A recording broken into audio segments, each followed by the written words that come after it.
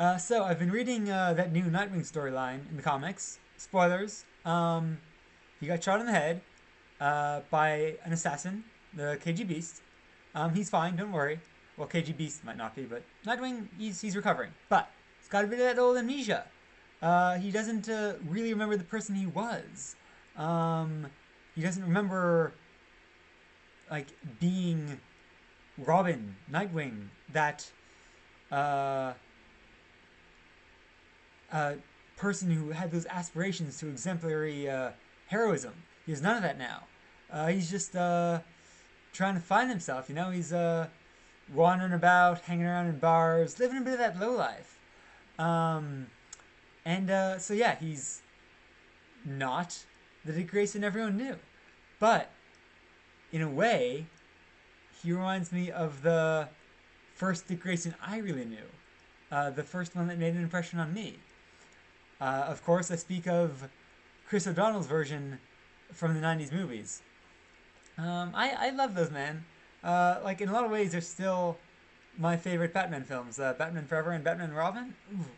And even that Robin costume he had in the second film um, turned out well. It looked like Nightwing's costume with the cape in red, basically. And then later, Nightwing got a red version of that costume, and Grant Morrison might have made a joke about it in the comic he wrote. Anyway, digressions. Um, but yeah, so later I would learn that Chris O'Donnell's portrayal owed a bit more to Jason Todd. It was more like that Robin, less like the classical interpretation of Dick Grayson. But I liked it. It was very stylish, uh, very '90s. It worked for me, and I was 6 when the first one came out, maybe not even.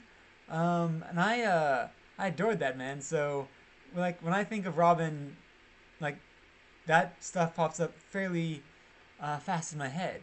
And maybe that's part of the reason for which Jason Todd is my current favorite. But anyway, so he's even got so Dick Grayson.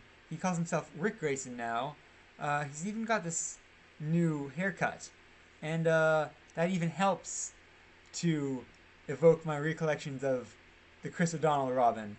You know, um, now he just needs that earring. You know, just seal the deal. But yeah, no, it's a good little story, and it works better for me than the previous run, which featured a weird sort of Luddite Dick Grayson, who was fighting against the dangers of technology, um, in a very kind of heavy way. I don't know. It wasn't really working for me that well. It was all right, but this stuff I want to see where this stuff goes.